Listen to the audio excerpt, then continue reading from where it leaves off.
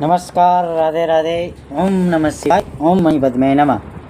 પ્રેમ પ્રસંગ કેવો હોય છે તો કે જે ચરિત્રહીન છોકરા છોકરીઓ હોય છે, જે ચાલતી વખતે અજીબો ગરીબો એક્ટિંગ કરે છે, લાજ શરમ વગરની નજર અથવા આડા અવળા ચેનચાળા કરે છે, ક્યારેક બનાવટી હાસ્ય વળી વળીને આગળ પાછળ ડાફોરા મારવા, ચેનચાળા કરતાં કરતાં ચાલુ, એ બધા પાપ આત્માઓનો શોખ હોય છે અને પ્રેમ વિવાહનું રૂપ બની જાય છે. ત્યારબાદ તેમને ખબર પડે છે કે બંને જણને અગાઉ પણ અને પ્રેમિકાઓ પણ હતી. પછી તેમની દશા શિવ પાર્વતીવાળી થાય છે. ના ઘરના રહે ના કાટના.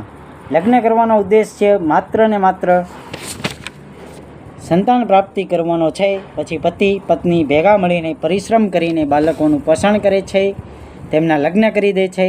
તે પછી બધા પોતાનું ઘર વસાવે છે.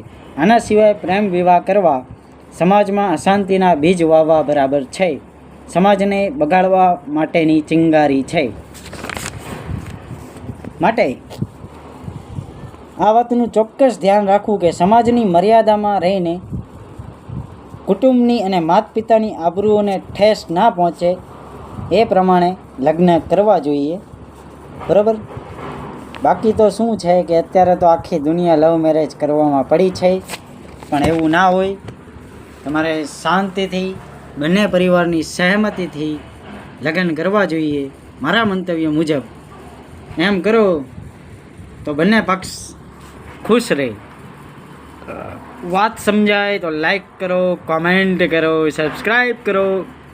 લલિત ઓથેન્ટિક લલિત 777. રાધે રાધે.